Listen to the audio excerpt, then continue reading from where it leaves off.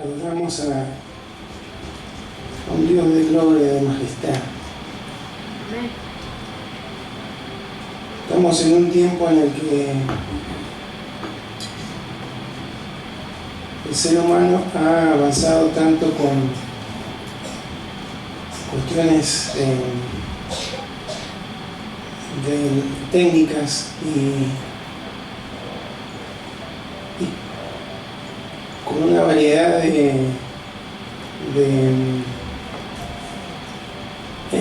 formas en las que nos comunicamos y demás, como que el ser humano cree que no merece o no necesita ese Dios de gloria, ese Dios de majestad, ¿sí? De que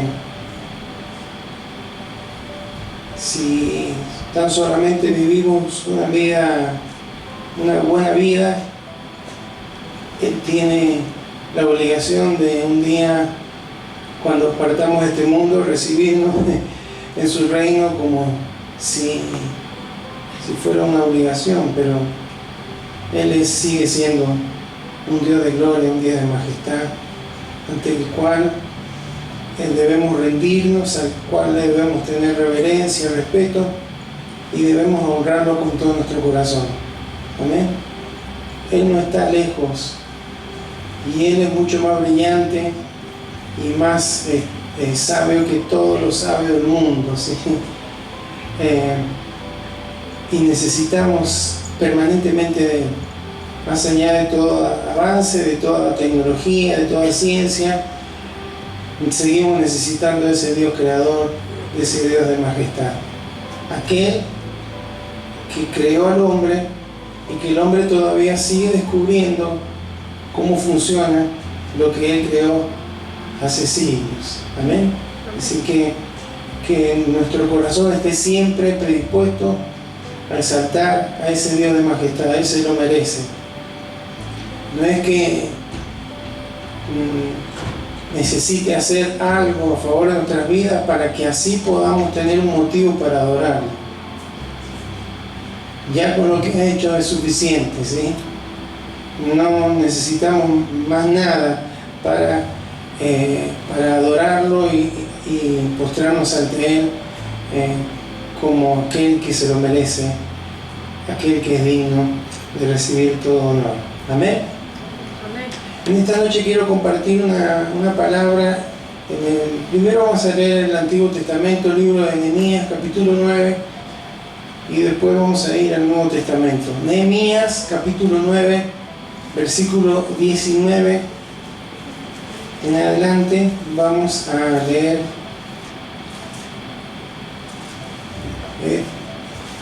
tres versículos, 19, 20 y 21.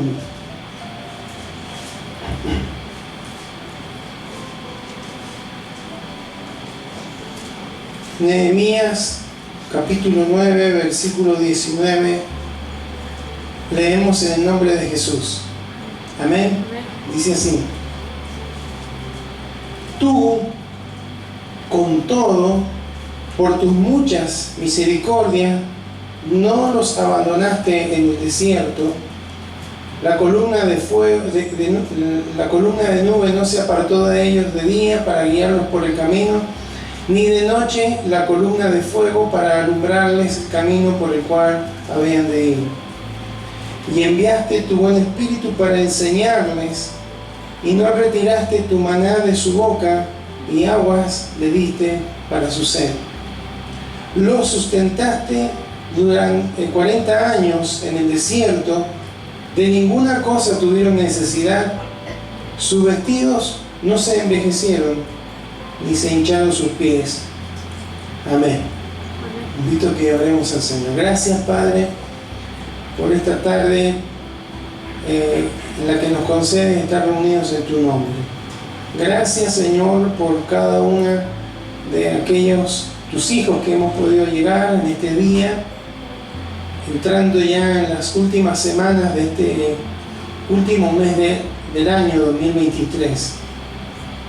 Gracias, Señor, porque tú nos has acompañado durante cada día, Señor, de este año. Reconocemos tu grandeza, reconocemos, Señor, tu obrar, tu bondad en favor de nuestras vidas, y por eso con gratitud hemos querido expresarte alabanza, hemos querido expresarte la mejor adoración a ti, Señor. Y en esta hora queremos, con ese mismo corazón, oír tu voz, lo que tú tienes preparado para hablarnos en esta tarde. Seas tú, Señor, dándonos la capacidad de comprender más allá de las palabras que puedo expresar en esta noche, Señor, como aquel que va a predicar la palabra. Sea tu Espíritu Santo, Señor, trayendo esa dirección y esa guía, Señor, como Israel leemos recién en el desierto. Sea tu Espíritu Santo, que ahora está en nuestro corazón, guiándonos a la verdad que tú nos vas a hablar en este día. Te lo pedimos en el nombre de Jesús. Amén y amén.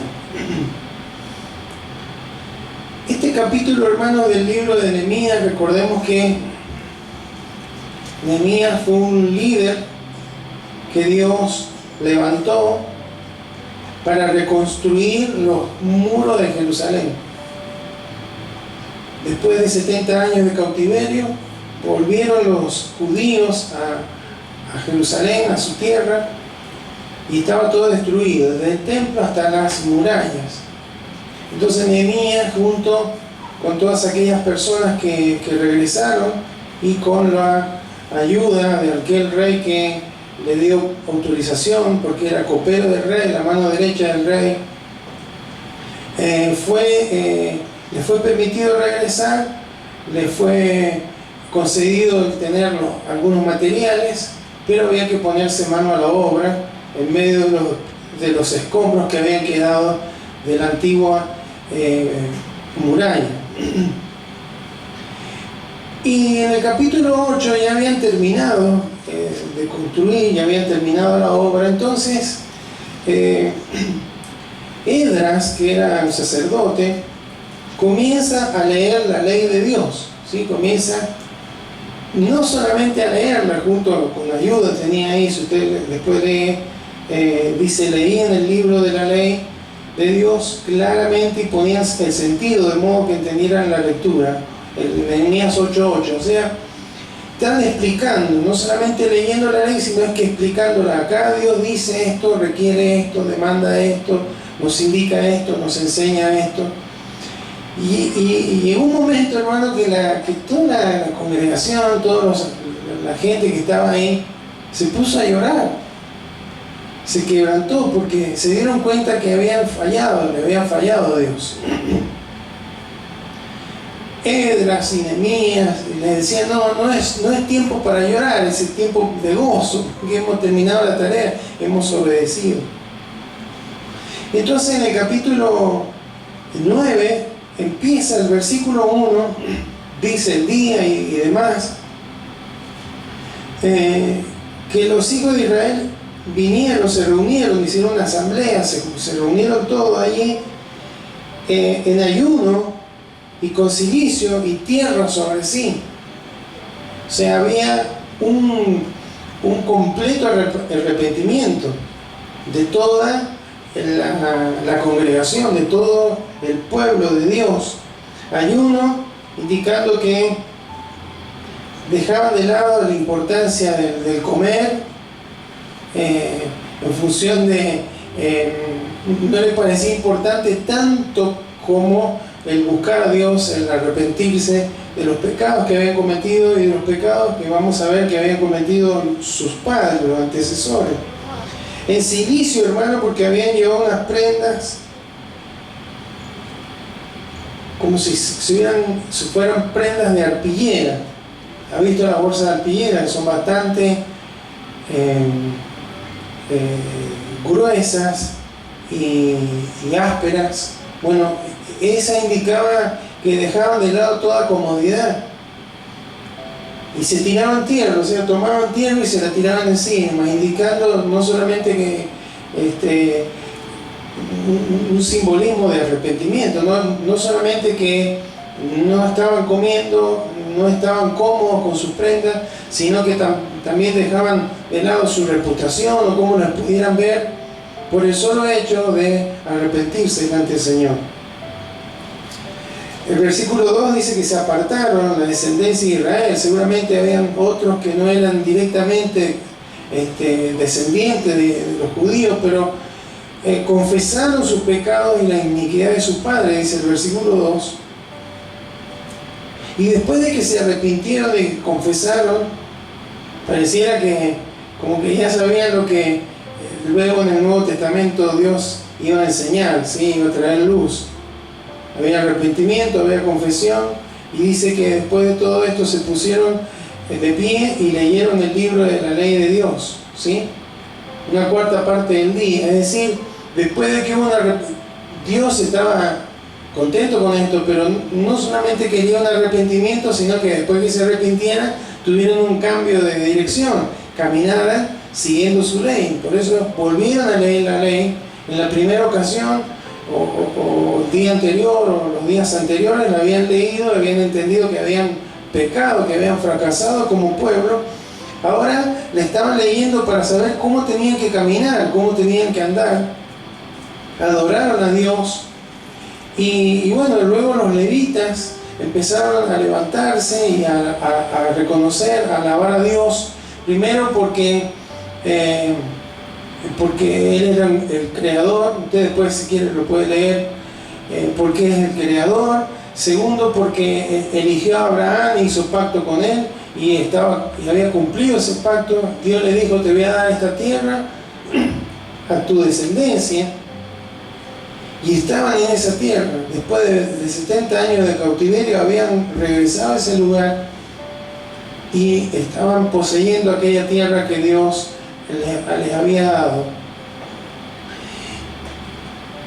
A partir del versículo 16 ellos dicen: a pesar de toda la bondad de Dios, nuestros padres fueron soberbios y endurecieron su cerviz, o sea, su cuello. Eso habla de que no se humillaron. Cuando uno no agacha el cuello, que tiene una actitud de soberbia, no se quiere humillar. Cuando uno se dobla, es un símbolo de arrepentimiento, de humillación. Ellos no lo tuvieron y fueron soberbios, ofendieron a Dios. Y ahí están los versículos que leímos, hermano. Hicieron un becerro de oro, adoraron una imagen. Pero Dios, hermano, no los dejó, no los abandonó en el desierto. No les dejó sin luz, no les dejó sin sombra, no los dejó sin agua, no los dejó sin comida, no los dejó sin dirección. Le mandó el Espíritu Santo para que les guiara. Los sustentó durante 40 años en el desierto, hermano. Hay que sustentar a toda una nación. Ahora que está el conflicto entre Israel y Gaza, Gaza es una fracción de territorio que serán 65 kilómetros por, no sé, 15, 20 kilómetros, no recuerdo la medida, pero habrán 2 millones de personas ahí. Bueno, en el desierto, hermano, había más de 2 millones de personas, a las cuales alimentar todos los días, a las cuales darle agua todos los días. Y no solamente eso, dice: los sustentaste, de ninguna cosa tuvieron necesidad. ¿Y qué pasa con la ropa? ¿Puede una prenda durar 40 años? Mira, a mí soy una persona que me dura muchísimo la ropa, pero no creo que me dure 40 años. Mi esposa por ahí me reta, ¿no? Tengo cierta melancolía, ¿no? Esta me la regaló tal, mi abuela, mi papá, mi hermana, así que tienen agujeros, por ahí se ha rajado y lo uso de camiseta. Pero qué vergüenza, mira si te pasa algo. Bueno, no puede durar tantos años, pero Dios hizo que durara, hermano. No se tenía que cambiar la ropa, estaba impecable. Y no solamente eso, dice: ni se hincharon tus pies, Dios les cuidó la salud.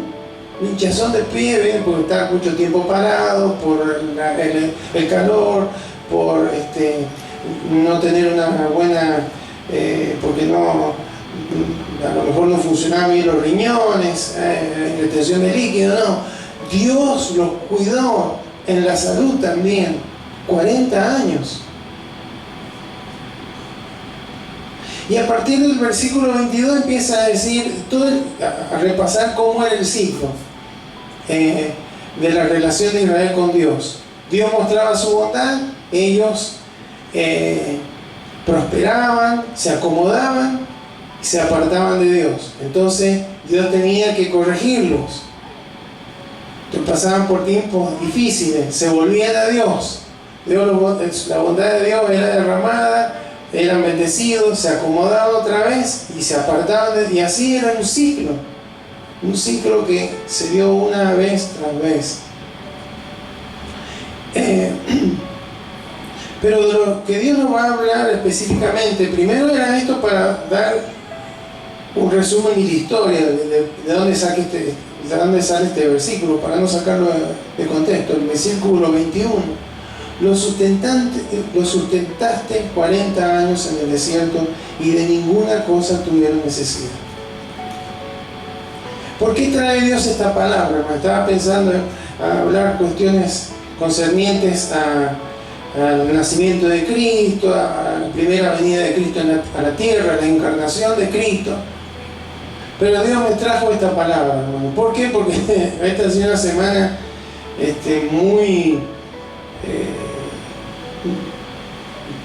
de muchos anuncios, ¿sí? en nuestro país. Y como hemos venido diciendo durante muchos años, no se puede gastar más de lo que se recauda, porque si no, no salimos más, ¿no es cierto? Ahora se está empezando a ver las consecuencias de esto, ¿sí? Y bueno, oramos para que Dios nos ayude, para que podamos salir adelante, ¿sí? El problema no son los subsidios o energía subsidiada, transporte subsidiado en otros lugares, ¿no? Aquí no. Combustible subsidiado. El problema es por qué es la necesidad de subsidiar, por qué no tenemos trabajos con los cuales podamos pagar lo que es correcto pagar, ¿no es cierto? Entonces, un subsidio esconde, tapa algo que está mal, pero que a la larga explota, hermano. No se puede seguir endeudados y endeudados y endeudados y siempre gastando y gastando y gastando. No se puede. Entonces, claro, hay una inquietud ahora, ¿no? Y bueno, ¿y ahora cómo vamos a hacer? Yo todavía no he vuelto a cargar combustible. Me imagino cuando vea el cartelito del combustible y demás, ¿sí? Tengo que bajar La Pampa, después tengo que bajar Mendoza. Oh, Dios mío. Y los alimentos, el otro día fui a comprar, fui a una farmacia, pero de ahí me crucé a la carnicería y digo, voy a aprovechar estas ofertas, ¿sí? Y me gasté toda la plata que me quedaba en oferta. Entonces a la tarde tuve que volver a la farmacia a buscar una crema y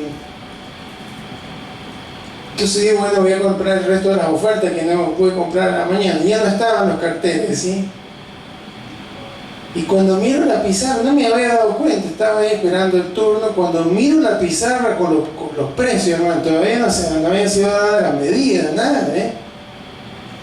Y increíble, no pude, me fui.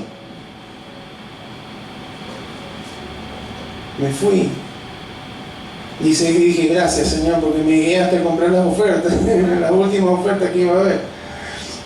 Pero, claro, y todo esto genera una cierta preocupación. Entonces, primero Dios nos habla, hermanos, de que Dios mantuvo a toda una nación durante 40 años por medio de un desierto, pasando por un desierto, un lugar inhóspito, seco, con mucho calor, donde no se puede encontrar agua, donde es difícil encontrar comida. Durante esos 40 años Dios lo sustentó. Durante esos 40 años dice que no le faltó nada, de ninguna cosa tuvieron necesidad. Tanto de comida, de vestido, de salud. Amén. Entonces, esto nos habla de que debemos aprender a confiar en el Señor o seguir confiando en el Señor, ¿sí? Que debemos estar agradecidos por lo que Dios ha hecho por nosotros y saber que si Él nos ha acompañado, tal vez no ha sido el desierto como Israel, pero Él ha sido fiel con cada uno de nosotros, hermanos, en nuestra economía, en nuestra salud, más allá de situaciones que se producen por allí, pero cómo Dios nos ayuda, cómo Dios nos sostiene, cómo Dios nos provee, cómo Dios nos cuida, cómo la bondad de Dios que cantamos, la bondad de Dios nos sigue, nos alcanza. Entonces, hermanos, Dios nos habla que no debemos preocuparnos del mañana, porque si Dios lo hizo con un pueblo como Israel durante 40 años en medio de un desierto, no hay situación más adversa que eso. Una cosa es decir, bueno, estuvo Israel 40 años en la pampa, acá en la pampa húmeda, y bueno, es otra cosa. No hay tantos saltos térmicos, sí, hay una tierra que uno planta lo que quiere y sale, en un lugar de mucho ganado y demás. No, ahí un día querían carnes y se quejaron contra Dios porque ni siquiera iban a Dios a pedirle, Señor, por favor, queremos comer carne. Sin embargo, dice Dios, les voy a mandar codornices y van a comer carne hasta que les salgan por las narices. ¿Sí? No le faltó nada. Y a usted y a nosotros, a mí, hermano, no nos va a faltar nada. En este periodo que va a empezar ahora, y que va a llevar meses. Ojalá que sean pocos meses. No lo sabemos, hermano. Los que tienen más años, ya esta es la tercera, cuarta vez que están pasando lo mismo. ¿Sí? Si no son más veces. Pero vamos ahora a Mateo capítulo 6, versículo 31. Porque como Dios siempre sigue siendo el mismo, vamos ahora a ver que estamos en el nuevo pacto. Ahora el Espíritu Santo no es enviado, ya está en nosotros. Y dice, no os afanéis pues diciendo qué comeremos, o qué beberemos, o qué vestiremos. Porque los gentiles buscan todas estas cosas, pero vuestro Padre Celestial sabe que tenéis necesidad de todas estas cosas. Mas buscad primeramente el reino de Dios y su justicia, y todas estas cosas os serán añadidas. Amén. En todo esta enseñanza de Jesús habla del afán y la ansiedad. Desde el versículo 25 del capítulo 6 en adelante habla del afán y de la ansiedad. Hay dos palabras que se usan ahí que comunican ansiedad, ¿sí? Ansiedad es preocuparse por algo que todavía no ocurre, ¿sí? Eso es. ¿Y cómo voy a hacer? ¿Cómo voy a pagar? ¿Y cómo voy a Sí, porque acá el Señor habla de comer y vestir, pero también hay que pagar las facturas, hay que pagar, bueno, fue un resumen de parte del Señor. Por eso leímos primero Nehemías, porque ahí habla de mucho tiempo y de que no faltó nada, ¿sí? Entonces, esto abarca todos los ámbitos de nuestra vida, las necesidades de alimentación, las necesidades de cubrirnos, de techo, etc. Entonces, hay dos palabras que comunican la idea de ansiedad. Una es tarazo, con doble S, que la traducción es turbarse, ser sacudido o agitado, ¿sí? Y la otra es merimnao, que habla de ser dividido, partido. O sea que la ansiedad, hermano, la preocupación por lo que viene, no solamente que nos agita y nos sacude, sino que nos parte, nos divide. Es decir, vamos a estar, no, pero Dios, usted se va a ir hoy diciendo Dios nos va a ayudar, Dios nos va a ayudar. Mañana le llega la factura del gas. Bueno, a mí me llegan al fin de mes la del gas. ¿Y cómo hago para pagarla? O sea, nos divide. Por un lado confiamos y por otro lado, ¿y cómo vamos a hacer? Y no sé si Dios nos va a responder. Ese es el síntoma de la ansiedad. Entonces vamos a ver por qué viene la ansiedad. ¿Por qué no sirve la ansiedad? Y vamos a ver cuál es la forma de vencer la ansiedad a través de la enseñanza de Jesús. Versículo 25 dice: por tanto os digo, no os afanéis por vuestra vida. Ese por tanto os digo tiene que ver con lo que había explicado anteriormente, con la riqueza, los tesoros, etcétera, etcétera. Pero está hablando, hermano, la traducción es: no continuéis afanándoos. ¿Está bien? Y el versículo 34 dice: así que no os afanéis por el día de mañana. O sea, no comencéis a afanarnos por el día de mañana. O sea, no siga, si venía ansioso o afanándote o con el corazón dividido, siendo agitado por todas estas cosas que están pasando, no continúes. Y si hoy te está empezando a preocupar por el mañana, no lo hagas. Es decir, hermano, que Jesús está prohibiéndonos. Uno lo toma a veces, y bueno, sí, pero ¿qué quiere que le haga? Soy un ser humano. Pero somos seres humanos, hermano, pero somos hijos de Dios. Entonces vamos a ver, bueno, ¿cómo lo puedo vencer? ¿De dónde viene esto? Entonces vemos que el Señor Jesús 2 veces prohíbe que nos afanemos, que estemos atribulados, que estemos divididos, partidos en nuestro corazón. Versículo 30 de Mateo 6. El Señor tiene una palabra donde dice: y si la hierba del campo que hoy es y mañana se echa en el horno, Dios la viste así, ¿no habrá mucho más a vosotros, hombres de poca fe? ¿Cuál es la causa de la ansiedad?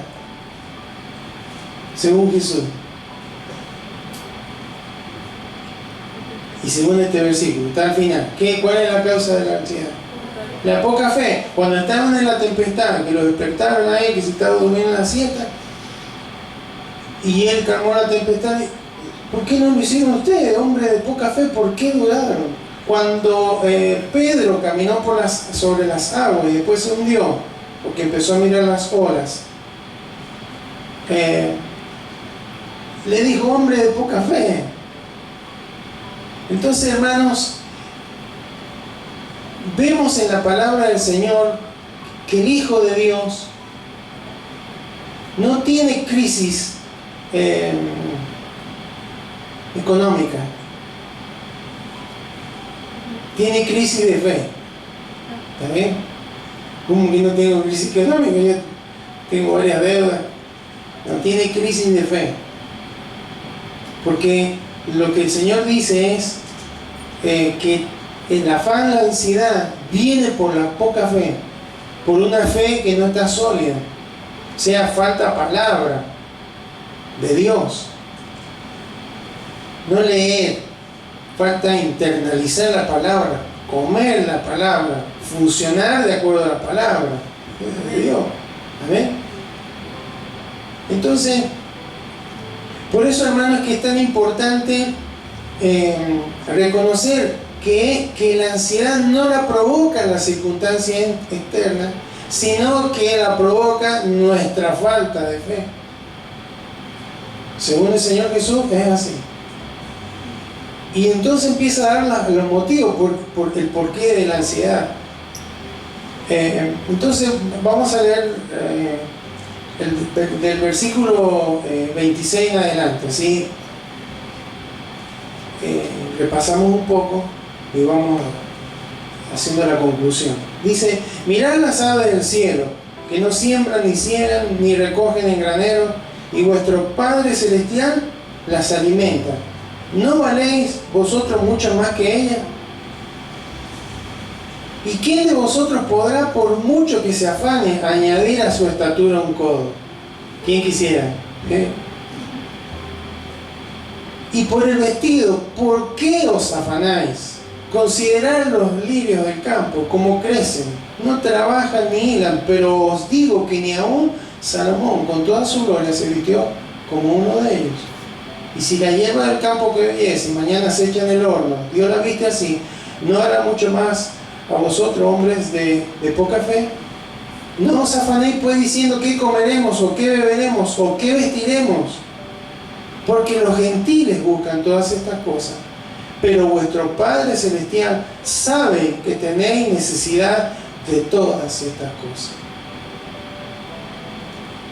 Entonces, la ansiedad es innecesaria, hermano, porque Dios, el Señor Jesús, usa lo que se denomina un silogismo. ¿Sí? Un silogismo, es decir, es como que da dos premisas en la cual basa una conclusión. ¿Sí? Un argumento lógico que tiene dos premisas, que tiene, por lo tanto, una conclusión. Él dice: Dios le provee para las aves y los lirios. Dios le provee alimento a las aves, le provee una vestimenta, por así decir, a los lirios. Pero ustedes, el hombre, vale más que ellos. Entonces, ¿cuál es la conclusión? Por tanto, Dios les va a proveer. Amén. Entonces, hermanos, no es necesario afanarse o tener ansiedad. ¿Por qué? Porque usted y yo somos más importantes que las aves de los cielos. Leía una, no sé, no es una fábula, pero una parábola moderna. Que estaban dos gorriones parados en la rama de un árbol y se ponen a conversar y le preguntan a uno: che, ¿qué le pasa a la gente que está tan preocupada, va de un lado para otro? Entonces el otro gorrión le responde: la verdad que no sé, pero ¿será que ellos no tienen un Padre Celestial que los cuida como a nosotros? ¿Por qué, hermano? Porque las aves no se hacen esos problemas. Saben que Dios va a proveer. No están labrando, no están trabajando. Las plantas no van a la tijera o a alguna casa de prendas, ¿sí? Dios lo hace. Entonces Jesús dice: ustedes valen más. Si Dios lo hace con las aves y con los lirios, ¿no lo va a hacer con usted? Y a veces nuestra mente, el silogismo pero es muy sencillo eso, hay que estar en mi lugar. No, el tema es el versículo 30, hermano, nos falta fe muchas veces. Ese es el tema. No es que Dios esté fallando, que Dios deje de cuidar las aves, no lo ha hecho nunca, hermano, desde que las creó. Entonces, la ansiedad no es necesaria o es innecesaria. Segundo, no trae fruto, no tiene resultados positivos. Ahí decía, ¿quién de vosotros podrá, por mucho que se afane, añadir a su estatura un codo? Un codo es esta distancia, el codo a la punta del dedo, o sea, unos 45 centímetros en la antigüedad. ¿Quién no le gustaría tener 45 centímetros más? Oh. Pero ¿sabe que la estatura no solamente se refiere, como está hablando del codo ahí, que es una medida de longitud, se refiere a la estatura, pero también se refiere a edad? ¿Sí? Porque la palabra ahí que se utiliza es gelikia, que habla de edad, de cierto lapso de vida. O sea, ¿podremos añadirle más años a nuestra vida por más que nos afanemos?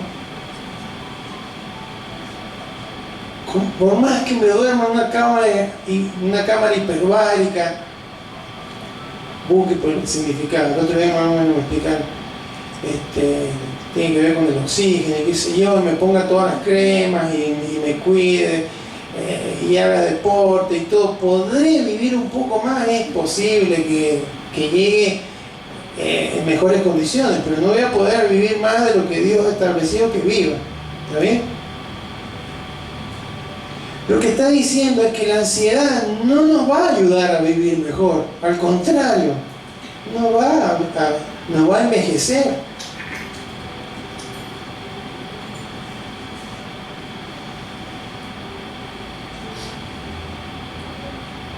Además, hermanos, dice ahí que nos enseña Jesús que la ansiedad no es compatible con los hijos de Dios, porque dice los gentiles buscan estas cosas con ansiedad.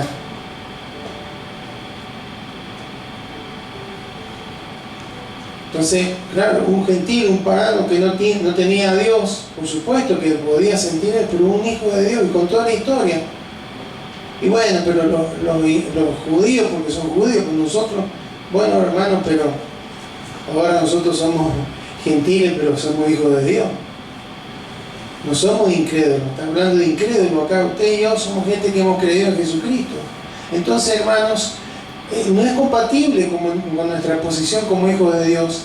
Y tampoco, hermanos, honra a Dios. Porque dice ahí, pero vuestro Padre Celestial sabe que tenéis necesidad de todas estas cosas. Cuando yo estoy ansioso, estoy diciendo, Dios no me tiene en cuenta, Dios no sabe que necesito todo esto. Son palabras de Jesús, hermano. Chocan con nuestra lógica y la tratamos de explicar y decir, bueno, sí, pero la clave está en que nos falta fe a veces. Porque nos habituamos a resolver todo nosotros sin confiar en el Señor, sin esperar en el Señor. Yo hago, yo voy, yo pago, yo esto y aquello, pero cuando me quedo sin la posibilidad de solucionar las cosas, recién ahí me acuerdo que tengo un no. Siempre deberíamos depender del Señor, siempre. Amén. Entonces, como nuestra fe no tiene músculo porque no la hacemos crecer, porque no aplicamos lo que Dios nos enseña en la palabra, y bueno, nos cuesta, pero hermanos, la ansiedad no nos va a ayudar a salir adelante. Y por supuesto, hermanos, es una carga porque nos hace preocupar por cosas que todavía no suceden. Esta mañana mientras tomaba unos mates, escuchaba a un sociólogo, no sé, que decía esto. Le preguntaban, ¿y qué hacemos ahora con toda esta situación? No, dice, no hay que hacerse de tanto problema. Yo no sé si leyó Mateo, si es creyente, pero dice, el 80% de las cosas por las cuales nos preocupamos nunca suceden. ¿Qué le parece? El Rey de Reyes y el Señor de Señores ya lo sabía mucho antes, hermano. Por eso dicen, no vale la pena que lo hagan. Entonces, ¿cuál es la clave, hermanos? Dice el versículo 33, ahí está la clave. Buscad primeramente el reino de Dios y su justicia. Si hay algo por lo que te tenés que preocupar, en lo que te tenés que enfocar, es en buscar el reino de Dios, el gobierno de Dios sobre tu vida y su justicia. Caminar conforme a lo que el Señor ha enseñado en la palabra. Esa debería ser. Si vos te preocupás o si vos te enfocás en caminar en la forma correcta, Dios Padre va a hacer a darte el resto de las cuestiones por añadidura. No significa, hermano, que bueno, entonces me cruzo de brazos, me pongo a leer la Biblia todo el día, a orar todo el día, no trabajo. No está diciendo eso, Señor. Está diciendo, tenés que permitir al Señor que gobierne. Él tiene que ser el primero al que buscar, el primero que confías. Y su justicia, el carácter que Él quiere que Él tenga en tu corazón, que está expresada claramente en la palabra, es lo que vos tenés que buscar. Y lo demás, Él se va a encargar de que se vaya a añadir. ¿Amén? Y como ¿qué le encargó Dios a los pajaritos? A los gorriones. Hay veces que bueno, estamos a la media tarde con mi esposa, estamos en la cocina y se parece que a esa hora se van al arbolito que tenemos en el fondo y empiezan a hacer ruido y aturden, no, y esto. Pero hermanos, están haciendo lo que Dios les mandó a hacer. ¿Qué tienen que hacer? Volar y piar, no me acuerdo cómo se llama. Bueno, eso es lo que tienen que hacer. Y ellos lo hacen. ¿Y quién se encarga del resto? Ojo que no es que Dios le lleva al nido, es bonito, venga que lo vamos a dar para Él. Se encarga, hermanos. Se encarga de que alguno esté regando por ahí un jardín, se haga un charquito y ahí les proveyó agua. ¿Sí? De una fruta, hay veces que van ahí en el invierno donde no hay tanta fruta, donde no hay tantas cuestiones, yo veo que van al jardín y hay ciertos yubios, hermano, que son horribles, que tienen algo adentro que comen eso. O si no, se ponen en las paredes que tienen orificios entre medio de los ladrillos y donde las arañas hacen sus nidos y se comen las arañas. Dios le provee, hermano. Entonces lo que está diciendo Jesús es, vos buscar en primer lugar, como prioridad, el reino de Dios, el gobierno de Dios, la autoridad de Dios reinando sobre tu corazón y su justicia, aplicar lo que Él te está enseñando y lo demás Dios se va a encargar. Vos seguir trabajando, haciendo lo que tenés que hacer, pero Dios se va a encargar de hacer. Si tiene que hacer milagros, lo va a hacer. Si tiene que multiplicar, lo va a hacer. Si tiene que proveerte de otra forma, lo va a hacer. Si tiene que abrirte una puerta, lo va a hacer. Nunca me olvido, hermano, de un hermano de allá, de Gutiérrez, en Mendoza, que tenía una deuda en el banco. Una deuda importante y bueno, estaba orando al Señor y fue al banco a pedirle un plan de pago. ¿Cómo puedo hacer para solucionar esta deuda? Llega al banco, hermano, después de haber estado orando, clamando al Señor, para que Dios tocara el corazón de los directivos, para que le dieran la posibilidad de tener un plan de pago. Cuando llega allá, le dice, a ver, vengo a ver cómo puedo hacer para pagar una deuda. Ah, bueno, deme su número de documento. No, dice, acá figura que su deuda fue pagada. Nunca supo, hermano, cómo fue pagada esa deuda. Pero le dieron el libre deuda, usted no tiene deuda. ¿Vio? No sé si será el caso de todos, hermanos, pero Dios lo hace así. Entonces, cuando dice todas las cosas o serán añadidas, ¿cuáles son todas esas cosas? Todo lo que yo quiero, lo que a mí se me ocurra, no. Todas las cosas de las que tengo necesidad. Amén. Dice el libro de Filipenses que Dios proveerá todo lo que nos falta, lo que os falta, conforme a sus riquezas en gloria, en Cristo Jesús. Filipenses 4:19. Creo que es. Amén. Entonces, hermanos, que esta palabra que Dios nos trae es para que podamos tener confianza, esperanza, no en un gobierno, lo que puedan hacer, orar para que podamos salir adelante, para que podamos revertir esta situación. Pero en el mientras tanto, hermano, fortalecernos en fe. Buscar primero el reino de Dios y su justicia, fortalecernos en fe. Y decir, Señor, está duro todo, es doloroso lo que se ve, pero Dios no solamente nos va a proveer para poder tener, sino que nos va a proveer para poder compartir. Amén. Dios siempre lo ha hecho así para cada una de nuestras vidas. Así que, querida iglesia, no debemos preocuparnos. Y sí, pero yo he escuchado que el kilo de carne puede llegar a 12,000 pesos. Yo creo que ya, por lo que he escuchado en algunos lugares, está en 7,000. Pero hace unos días estaba en 4,000, 3,800, ¿cómo puede ser? Bueno, es así, hermano, pero que no nos entre la desazón, que no entre la desesperación, como si no conociéramos a Dios. Dios conoce nuestra necesidad y Dios nos va a ayudar a suplir. Con los recursos que tenemos, Él va a obrar. Así que usted no se sorprenda. Y tenemos que ser sencillos, humildes y reconocer, Señor, gracias, porque aún en medio, si lo has hecho durante tantos años, si mis padres, mis abuelos pasaron por tantas crisis, Primera Guerra, Segunda Guerra, la crisis del 30, bueno, más acá será el Rodrigazo y tantas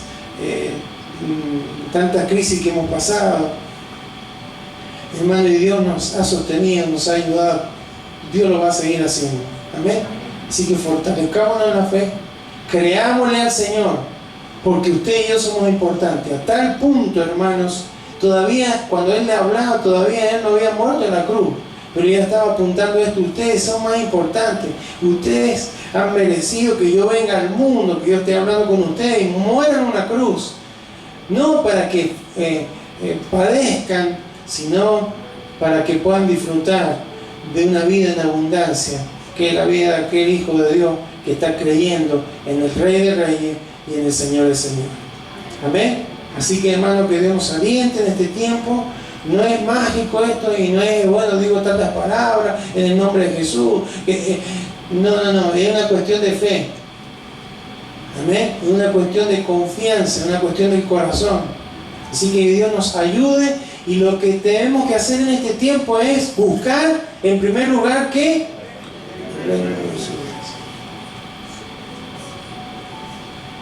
Me llegó una boleta. Antes de ponerme a llorar, antes de tirarme al piso, busquemos el reino de Dios, Señor. Y ahí llegó.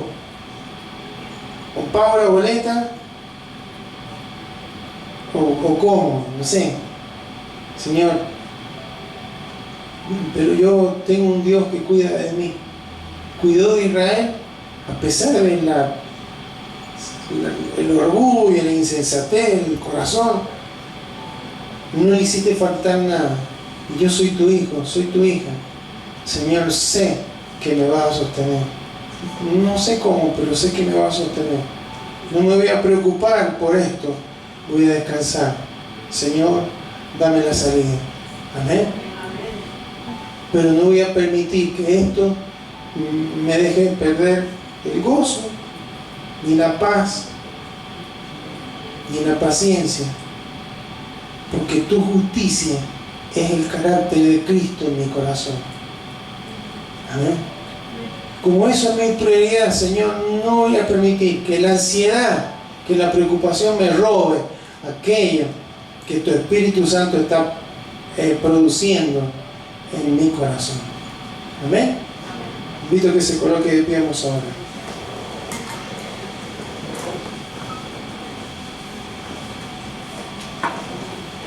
Padre eterno, en este día te damos gracias, Señor, porque nos concedes meditar una vez más en esta porción de la Escritura que conocemos de una manera tan particular, Señor. Porque así como cuando decimos Juan 3:16 ya lo sabemos, Juan 14:6 ya lo sabemos, cuando decimos Mateo 6:33 lo sabemos, Señor. Una cosa es saberlo y otra cosa es vivirlo. Y cuando tú lo expresaste en aquella ocasión, tenías la intención de que aquellos que escuchaban pudieran recapacitar. Le diste un ejemplo de la naturaleza, Señor, y hoy nos vuelves a recordar que tú tienes poder para hacerlo una vez más, Señor. Señor, oramos porque estamos viviendo en épocas muy difíciles, Señor, donde nos encontramos con noticias alarmantes, inquietantes, Señor. Claro, todo en la sociedad se maneja, se mueve a través de la economía.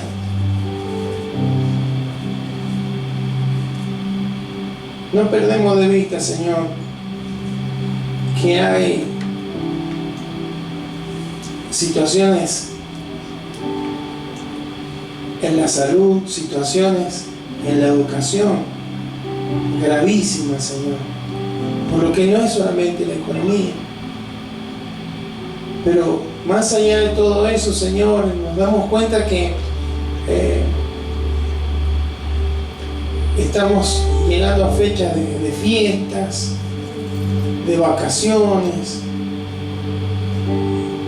y pronto estos meses pasan y vuelven las clases, los chicos que van al colegio, que necesitan de los útiles, de las prendas, de indumentaria, los chicos que van a la universidad, que tienen que pagar a veces una cuota, Señor. ¿Y cómo hacemos? Tú nos dices en esta noche: busca primero el reino de Dios y su justicia, y lo demás será añadido. Todas esas cuestiones, Señor, pero para esto necesitamos hacerlo con fe. No es una cuestión de una receta, de decir, bueno, voy a tomarme todos los días tantos minutos para leer la Biblia, para orar, para estudiar la palabra, para cantar, para adorarte. Que está todo bien eso, Señor, pero no, esto se refiere a una condición de corazón. Los discípulos, Señor, caminaban contigo, veían ciegos ver, paralíticos caminar, mudos hablar, enfermos ser sanados, muertos ser resucitados, pero fallaban en la fe. Porque no se trata de una cuestión que viene de afuera, así como las malas noticias, las malas novedades. Tampoco era por tener buenas noticias y ver grandes cosas o ser usados grandemente, porque tú les dabas la oportunidad de ser parte de los milagros. Cuando multiplicaste los panes y los peces, ellos los repartieron y ellos recogieron las cestas. Por eso, Señor, no se trata de lo que pasa afuera, se trata de lo que pasa dentro de nuestro corazón. Y la clave está en ese versículo donde tú le decías: te falta fe. Nos falta fe. Y reconocemos, Señor, que muchas veces fallamos en esto, Señor. Fallamos en esto. Pero queremos, Señor, en este tiempo fortalecernos en fe. Señor, la fe es por el oír y el oír por la palabra. No solamente tenemos la palabra escrita, tenemos al Espíritu Santo que nos guía a toda verdad. Entonces estamos con una ventaja tremenda, Señor. Entonces queremos en este tiempo proponernos, Señor. Ya venimos con esto seguramente, pero buscar tu reino y tu justicia. Que ninguna de estas situaciones nos haga perder, Señor, lo que tú has colocado en nuestros corazones. No queremos envejecernos, no queremos, Señor, que se nos caiga el cabello por preocuparnos tanto, no queremos, Señor, arrugarnos, no queremos, Señor, estar con tensión arterial, no queremos, Señor, estar con problemas intestinales, estomacales, por los nervios. Queremos tener paz, Señor, sabiendo que a pesar de que no sabemos cómo, tú sí sabes cómo. O cómo Israel en el medio del desierto pudo ser alimentado por un maná que venía del cielo. Dice la Escritura que venía del cielo, que era como cuando en la mañana se produce esa agua sobre las plantas. Señor, así era como tú traías, Señor, inexplicable, con todos los nutrientes, con las proteínas, con los hidratos, con todo lo que necesitaba el cuerpo, Señor, porque toda una nación anduvo con salud, Señor. Y nos recuerdas esto para que podamos comprender que tú sigues siendo el mismo, que tú no has cambiado, Señor. Que tú eres un Dios bondadoso, que tú eres un Dios generoso, Señor. Y que tu palabra es verdad y que tus promesas se cumplen, Señor. Por eso leíamos lo de Nehemías, porque ellos reconocían, tú hiciste un pacto con Abraham y hoy estamos pisando la tierra de ese pacto. Señor, gracias, porque tú hablaste de que enviarías a Jesucristo. Eso es el nuevo pacto. Él derramó su sangre y hoy nosotros caminamos en ese nuevo pacto. Un pacto que mejoró el anterior. Por lo tanto, estamos en una mejor condición, Señor, y por eso queremos, Señor, dejar de lado toda ansiedad, todo afán. No queremos ser turbados, no queremos ser sacudidos por todo esto, ni siquiera, Señor, que tengamos el corazón dividido, Señor, sino que queremos tener fe y confianza. Y cuando me doy cuenta que estoy teniendo crisis de fe, Señor, tendré que buscarte más en clamor, en oración, en aplicar la palabra, en aplicarla en el corazón, no en la mente, no en la razón, en el corazón, Señor, para que podamos funcionar por ella. Y creemos, Señor, que aún en este tiempo tú nos sostendrás y nada le va a faltar a ninguno de tus hijos. Señor, lo creemos en el nombre de Jesús. Rechazamos todo pensamiento de cautividad, todo pensamiento de opresión, todo pensamiento de distracción, todo pensamiento de ansiedad, Señor, en el nombre de Jesús, en el nombre de Jesús. Creemos que tú nos vas a sostener, Señor. Y oramos, Señor, por nuestra patria, por nuestra nación. Tú le des sabiduría a aquellos que toman decisiones, Señor, para que podamos, Señor, encontrarnos con una salida, Señor, que nos permita crecer, que nos permita, Señor, ser un país normal. Señor, gracias porque tú has sido bueno, Señor, tú has sido fiel. Y si hasta aquí nos has acompañado, el resto de lo que queda del camino seguirá, Señor, a nuestro lado, con la nube, con la columna de fuego, con tu Espíritu Santo, con el maná del cielo que ya fue enviado a nuestros corazones, Señor, cuidando nuestra salud, proveyéndonos para nuestra necesidad. Tú eres, Señor, aquel que sacia todas nuestras necesidades. Lo creemos, Señor, y te damos gracias, Señor. Te damos gracias.